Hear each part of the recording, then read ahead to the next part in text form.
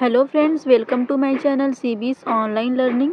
अगर आप छत्तीसगढ़ शिक्षक पात्रता परीक्षा की तैयारी कर रहे हैं तो यह वीडियो आपके लिए हेल्पफुल होने वाली है। आज की इस वीडियो में हम छत्तीसगढ़ शिक्षक पात्रता परीक्षा सीजी टेट 2024 में जो परीक्षा हुई थी उसमें हिंदी विषय में पेपर 1 में जो प्रश्न पूछे गए थे उन 30 प्रश्नों के बारे में हम आज की इस वीडियो में अध्ययन करेंगे। फाइनल आंसर व्यापम के द्वारा जो जारी किया गया था उसका अध्ययन हम करेंगे। वीडियो शुरू करने से पहले अगर आप मेरे चैनल पर नए हैं तो चैनल को सब्सक्राइब करके बेल आइकॉन को प्रेस कर लीजिएगा, जिससे कि मेरे चैनल पर आने वाले नेक्स्ट सीटेट से रिलेटेड वीडियोस की नोटिफिकेशन आप तक समय पर पहुंच सके। चलिए आज का वीडियो स्टार्ट करते हैं। यहाँ पर पहला प्रश्न है, अनुनासिक चिन्ह की उपयोगिता के आधार पर संभावित शब्दों में से सही शब्द का चयन करें। ऑप्शन दिया है पंखुड़ी, पंखुड़ी, पंखुड़ी और पंखुड़ी। तो यहाँ पर अनुनासिक चिन्ह की उपयोगिता के आधार पर संभावित शब्द जो है वो पंखुड़ी, ऑप्शन नंबर बी इसका राइट आंसर है। अगला प्रश्न है, हिंदी भाषा में उन स्वरों की संख्या जिसमें हवा बिना रुकावट के मुख से बाहर निकलती है। ऑप्शन दिए हैं 20, 25, 11 और 15। तो उन स्वरों की संख्या जिसमें बिना रुकावट के मुख से हवा बाहर निकलती है वो है 11। ऑप्शन नंबर सी इसका राइट आंसर है। अगला प्रश्न है, अतिधन अधिक बराबर अत्यधिक, इस संधि विच्छेद में कौन सा स्वर संधि है? संभावित उत्तरों में से चुनकर लिखिए। ऑप्शन दिए हैं दीर्घ स्वर संधि, गुण स्वर संधि, यन स्वर संधि और अयादि स्वर संधि। तो यहाँ पर अति धन अधिक यानी कि अति में छोटी ई की मात्रा है और धन अधिक में अ है, यानी कि ई के बाद में कोई स्वर आया है, अ आया है, तो ई और अ मिलकर यहाँ पर यह बन जाता है। और यह जो है यन संधि में होता है, ये जो ई और अ मिलकर यह बनाते हैं यन स्वर संधि में। इस प्रकार ऑप्शन नंबर सी जो है इसका राइट आंसर हो जाएगा यन स्वर संधि।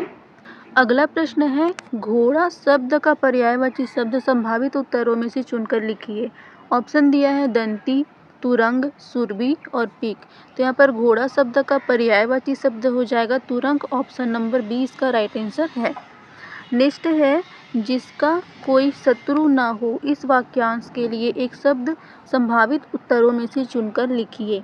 ऑप्शन दिया है अल्पभाषी, अत्याचारी, अजात शत्रु, अजर। तो जिसका कोई शत्रु ना हो उनको हम अजात शत्रु कहते हैं। ऑप्शन नंबर सी इसका राइट आंसर है। अगला प्रश्न है, दिए गए तद्भव शब्द का तत्सम रूप संभावित उत्तरों में से चुनकर लिखिए। तद्भव शब्द यहाँ पर दिया है पैर। ऑप्शन दिया है पत्र, पाषाण, पद और पर्यक। तो यहाँ पर तद्भव शब्द पैर है तो इसका तत्सम रूप हो जाएगा पद। ऑप्शन नंबर सी इसका राइट आंसर है। अगला प्रश्न है, नीचे दिए गए संभावित उत्तरों में से सही मिलानकर उत्तर दीजिए। यहाँ पर सूची 1 और सूची 2 दो सूची दी गई है। सूची 1 में है चारपाई, अफसोस, डायरी, अखबार। सूची 2 में है विदेशी शब्द, देशज शब्द, अरबी शब्द और फारसी शब्द। तो यहाँ पर सूची 1 और 2 का मिलान करना है और यहाँ पर जो संभावित मिलान दिया गया है इसमें से किसी एक का चयन हमको करना है। तो सबसे पहले हम सूची का मिलान कर लेते हैं। सूची 1 में है चारपाई। चारपाई यहाँ पर देशज शब्द है तो यहाँ पर चारपाई का हो जाएगा सेकंड देशज शब्द। अफसोस फारसी शब्द है और डायरी विदेशी शब्द है और अखबार ये अरबी शब्द है। तो इस प्रकार इसका सही मिलान हो रहा है 2, 4, 1, 3। 2, 4, 1, 3 हमको देखना है। तो यहाँ पर 2, 4, 1, 3 ये ऑप्शन नंबर सी में दिया है तो ऑप्शन नंबर सी इसका राइट आंसर होगा। अगला प्रश्न है, नीलकमल शब्द में कौन सा समास निहित है? संभावित उत्तरों में चुनकर लिखिए। ऑप्शन है तत्पुरुष समास, कर्मधारय समास, द्विगु समास, बहुब्रीहि समास। तो नीलकमल का जब हम समास विग्रह करते हैं तो इसका समास विग्रह होता है नीला है जो कमल, ठीक है, यानी कि नीला जो है विशेषण है जो कमल के नीला रंग को बता रहा है और कमल विशेष्य है जिसकी विशेषता बताई जा रही है, ठीक है। तो इस प्रकार जो कर्मधारय समास इसका राइट आंसर होगा। नीलकमल शब्द में कर्मधारय समास निहित है।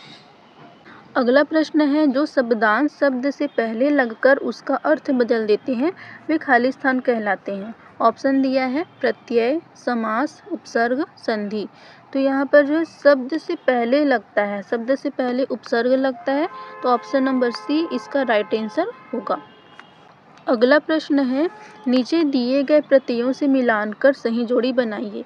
सूची 1 और सूची 2 यहाँ पर दी गई है। सूची 1 में है आवट, अक्कड़, औना, ईयल, और सूची 2 में है अड़, बीच, गुम, सजा। तो यहाँ पर सूची 1 में जो है प्रत्यय दिया गया है, ठीक है, तो इसको हमको सूची 2 से मिलान करना है और सही जोड़ी बनाना है। नीचे ऑप्शन दिया गया है, इसमें से एक ऑप्शन का हमको चयन करना है। तो सबसे पहले हम इसका मिलान कर लेते हैं।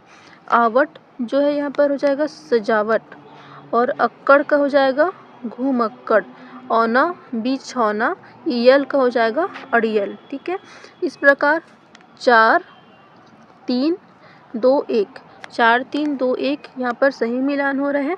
ऑप्शन में चेक कर लेते हैं। ऑप्शन नंबर सी में यहाँ पर दिया गया है 4 3 2 1, इस प्रकार ऑप्शन नंबर सी इसका राइट आंसर है। अगला प्रश्न है, दिए गए अनिकार्ती शब्दों का सही मिलान कीजिए। सूची 1 सूची 2 यहाँ पर दी गई है। सूची 1 में है गति, पानी, अर्थ, कनक। सूची 2 में है जल, चमक, धन, मतलब, सोना, धतूरा, हालत, चाल। तो यहाँ पर मिलान करना है और एक ऑप्शन का यहाँ पर चयन करना है। तो पहले मिलान कर लेते हैं। गति का हो जाएगा यहाँ पर हालत या चाल, पानी का हो जाएगा जल, चमक, अर्थ का हो जाएगा धन, मतलब, कनक का हो जाएगा सोना, धतूरा। तो इस प्रकार इसमें सही मिलान हो रहा है 4 4 1 2 और 3। ऑप्शन में देख लेते हैं। 4 1 2 और 3 जो है ऑप्शन नंबर सी में दिया गया है। इस प्रकार ऑप्शन नंबर सी इसका राइट आंसर है। अगला प्रश्न है, जिसे देखो वही मोबाइल से खेल रहा है। उपरोक्त वाक्य में कौन सा सर्वनाम है? संभावित उत्तरों में से चुनकर लिखिए। यहाँ पर ऑप्शन दिया है निश्चयवाचक सर्वनाम, निजवाचक सर्वनाम, प्रश्नवाचक सर्वनाम और संबंधवाचक सर्वनाम। तो जिसे देखो वही मोबाइल से खेल रहा है, यहाँ पर जिसे वही से ये जो है संबंध बताने का काम कर रहा है, तो ये देखो संबंधवाचक सर्वनाम होगा। संबंधवाचक सर्वनाम ऑप्शन नंबर डी में दिया है, तो ये इसका राइट आंसर है। अगला प्रश्न है, दास्ता शब्द संज्ञा के किस प्रकार के अंतर्गत आता है? ऑप्शन है व्यक्तिवाचक संज्ञा, भाववाचक संज्ञा, जातिवाचक संज्ञा, समूहवाचक संज्ञा। तो दास्ता शब्द है वो भाववाचक संज्ञा के प्रकार के अंतर्गत आता है। अगला प्रश्न है, तुम बहुत मिठाई खाते हो। उपरोक्त वाक्य में कौन सा विशेषण है? संभावित उत्तरों से चुनकर लिखिए। ऑप्शन दिया है गुणवाचक विशेषण, संख्यावाचक विशेषण, अनिश्चित परिमाणवाचक विशेषण और सर्वनामिक विशेषण। तो तुम बहुत मिठाई खाते हो, यहाँ पर जो है परिमाण बताया जा रहा है। बहुत मिठाई खाते हो यानी कि मात्रा को बता रहा है, ठीक है। तो यहाँ पर बहुत जो है यहाँ पर परिमाण है, और कितना बहुत यानी कि ये हमको पता नहीं है कि कितना ज़्यादा वो मिठाई खा रहा है, ठीक है। तो ये जो है अनिश्चित है, तो इस प्रकार से अनिश्चित परिमाण यहाँ पर बता रहा है। तो अनिश्चित परिमाण वाचक जो है विशेषण, इसका option number C right answer हो जाएगा। अगला प्रश्न है, वाक्य के कौन से अंग होते हैं? संभावित उत्तर चुनकर लिखिए। पहला है सरल वाक्य और संयुक्त वाक्य, दूसरा है अल्प विराम और पूर्ण विराम, तीसरा है उद्देश्य और विधेय, चौथा है प्रश्न सूचक और विस्मयादि सूचक। तो यहाँ पर वाक्य के कौन से अंग पूछा है? वाक्य के यहाँ पर मुख्य रूप से 2 अंग होते हैं, उद्देश्य और विधेय। उद्देश्य वह होता है जिसके बारे में वाक्य में कुछ कहा जाता है, और विधेय वह होता है जो उद्देश्य के बारे में बताता है। जैसे कि उदाहरण ले लेते हैं, बच्चा सो गया है। यहाँ पर बच्चा उद्देश्य है और सो गया है ये विधेय है, ठीक है। तो इस प्रकार ऑप्शन नंबर सी ये जो है वाक्य के अंग है, इसका राइट आंसर है। अगला प्रश्न है, यदि वर्षा होगी तो फसल अच्छी होगी। संभावित उत्तरों में से वाक्य के सही प्रकार को चुनिए। ऑप्शन दिया है विधानवाचक वाक्य, निषेधवाचक वाक्य, इच्छावाचक वाक्य और संकेतवाचक वाक्य। यानी कि यहाँ पर जो वाक्य है इसमें बोला जा रहा है कि यदि वर्षा होगी तो फसल अच्छी होगी। यानी कि जो एक कार्य पर दूसरा कार्य यहाँ पर निर्भर है, दो क्रिया के बीच संकेत को यहाँ पर दर्शा रहा है, एक क्रिया दूसरे क्रिया पर निर्भर है। इस प्रकार ये संकेतवाचक वाक्य ऑप्शन नंबर डी इसका राइट आंसर है। अगला प्रश्न है, नीचे दिए वाक्य को शुद्ध रूप में लिखिए। मुझे चाय एक गरम कप चाहिए। मुझे चाय एक गरम कप चाहिए, ये जो अशुद्ध वाक्य है इसको हमको शुद्ध करना है। ऑप्शन दिया है, मुझे एक गरम चाय कप में चाहिए, मुझे चाय एक गरम कप चाहिए, मुझे एक कप गरम चाय चाहिए, एक गरम कप चाय मुझे चाहिए। तो ऑप्शन नंबर सी, मुझे एक कप गरम चाय चाहिए, ये इसका शुद्ध रूप है, ये इसका सही आंसर है। अगला प्रश्न है, स्वयं अपनी हानि करना। इस वाक्यांश के लिए उपर्युक्त मुहावरा चुनकर लिखिए। ऑप्शन दिया है, अपनी खिचड़ी अलग पकाना, अगर मगर करना, अक्ल पर पत्थर पड़ना, अपने पैर पर कुल्हाड़ी मारना। यहाँ पर बोला गया है स्वयं अपनी हानि करना। स्वयं अपनी हानि करना मतलब अपने पैर पर कुल्हाड़ी मारना। ऑप्शन नंबर डी इसका राइट आंसर है। अगला प्रश्न है, आम के आम गुठलियों के दाम। इस लोकोक्ति का अर्थ संभावित उत्तरों में से चुनकर लिखिए। ऑप्शन यहाँ पर दिया है, एक साथ दो काम निपटाना, दिखावा अधिक करना, दोहरा लाभ लेना, एक वस्तु के अधिक ग्राहक होना। तो यहाँ पर आम के आम गुठलियों के दाम, इसका राइट आंसर है दोहरा लाभ लेना। Option number C. अगला प्रश्न है, दिए गए मुहावरों का अर्थ सहित समुचित मिलान कीजिए। यहाँ पर सूची 1 और सूची 2 दिया गया है। तो यहाँ पर सूची 1 में है बल्लियाँ उछालना, आँखों में खटकना, हाथ धो बैठना और हाथ लगाना। सूची 2 में है बुरा लगना, मिलना, बहुत प्रसन्न होना, खो देना। तो यहाँ पर मिलान करते हैं, उसके बाद जो ऑप्शन दिया है उसमें से हमको एक ऑप्शन सिलेक्ट करना है। तो सबसे पहले मिलान कर लेते हैं। बल्लियाँ उछालना यानी कि बहुत प्रसन्न होना, और आँखों में खटकना यानी कि बुरा लगना, और हाथ धो बैठना यानी कि हाथ धो बैठने का मतलब खो देना, हाथ लगना यानी कि मिलना। तो इस प्रकार से इसका सही मिलान हो रहा है 3, 3, 1 और 4, 2। 3, 1, 4, 2 कौन से ऑप्शन में दिया है? 3, 1, 4, 2 ऑप्शन नंबर बी में दिया है। तो इस प्रकार ऑप्शन नंबर बी इसका सही उत्तर हो जाएगा। अगला प्रश्न है, दिए गए शब्दों को क्रम से जमा कर लोकोक्ति को पूर्ण कीजिए। यहाँ पर ऑप्शन है छलकत, जाय, अधजल, गगरी। तो यहाँ पर क्रम से हमको जमाना है। तो सबसे पहले हो जाएगा अधजल, गगरी, छलकत, जाय। तो यहाँ पर 3, 4, 1, 2, 3, 4, 1, 2 जो है यहाँ पर कौन से ऑप्शन में दिया है?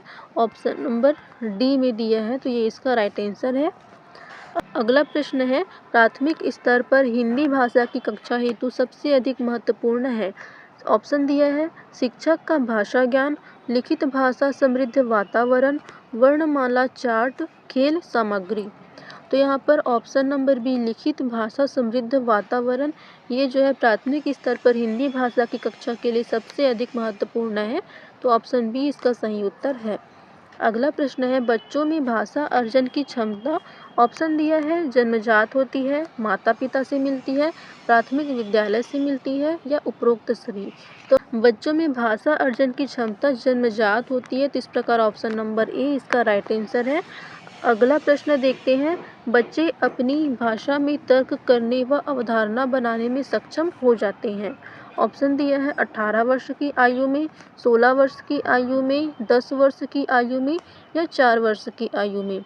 जहाँ पर बच्चे अपनी भाषा में तर्क करने और अवधारणा बनाने में सक्षम हो जाते हैं 10 वर्ष की आयु में। ऑप्शन नंबर सी इसका सही उत्तर है।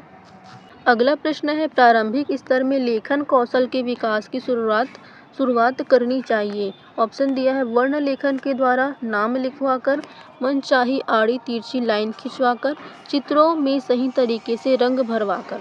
प्रारंभिक स्तर में लेखन कौशल का विकास हमको करवाना चाहिए मनचाही आड़ी तिरछी यहाँ पर लाइनें खिंचवाकर। तो ऑप्शन नंबर सी इसका राइट आंसर हो जाएगा।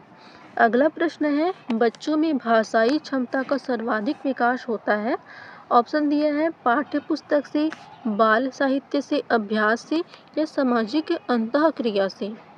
तो बच्चों में भाषाई क्षमता का विकास होता है सामाजिक अंतःक्रिया से। समाज में रहते, समाज में अपने परिवार से, आस पड़ोस से बच्चे मिलते जुलते हैं, बातें करते हैं, तो उनमें भाषाई क्षमता का विकास सर्वाधिक होता है। ऑप्शन नंबर डी इसका राइट आंसर होगा। अगला प्रश्न है, पढ़ना सुनना कौशल में मुख्य रूप से निहित है। ध्यान केंद्रित होना, समझ होना, लय व हाव भाव होना, उपरोक्त सभी। तो पढ़ना व सुनना कौशल में मुख्य रूप से यहाँ पर समझ होना ये जो है निहित है। ऑप्शन नंबर बी इसका सही उत्तर है। अगला प्रश्न है, लेखन कौशल के समुचित आकलन के लिए सबसे उपयुक्त विधि है। ऑप्शन दिया है वस्तुनिष्ठ, सुलेख, खुले प्रश्न, पाठ आधारित प्रश्न। तो यहाँ पर लेखन कौशल के समुचित आकलन के लिए खुले प्रश्न जो है उपयुक्त विधि है। खुले प्रश्न वे होते हैं जिसका उत्तर हाँ या नहीं में नहीं दिया जा सकता है, जिसमें उत्तरदाता को अपना उत्तर विस्तार से व्यक्त करने के लिए प्रोत्साहित किया जाता है। ये खुले प्रश्न कहलाते हैं। ऑप्शन नंबर सी इसका सही उत्तर है।